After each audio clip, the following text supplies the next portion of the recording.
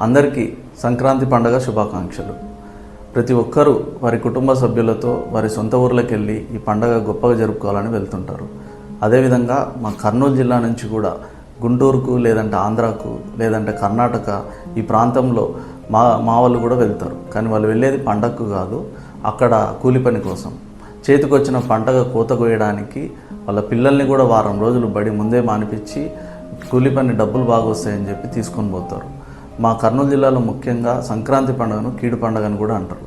ఎందుకనంటే మాకు పంట వేసుకోవడానికి నీళ్లు దొరకక, ఒక పక్కన తుంగభద్ర నదిలో కేవలం జూలై మాసంలో 500 టీఎంసీ నీళ్లు సముద్రమయమైంది.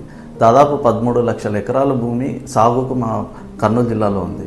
రెండో పంట వేసుకోవడానికి గట్టిగా 4 లక్షల ఎకరాల భూమి కూడా వేయరు.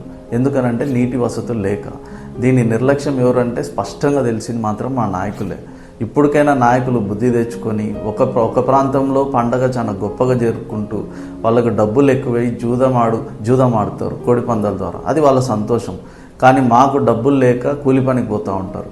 ఓ పక్కన నీళ్లు పెట్టుకొని భూమి పెట్టుకొని చేతి పని చేసే గొప్ప మనుషులు పెట్టుకొని వసతులు కల్పించాల్సిన అవసరం ఖచ్చితంగా రాజకీయ నాయకులదే.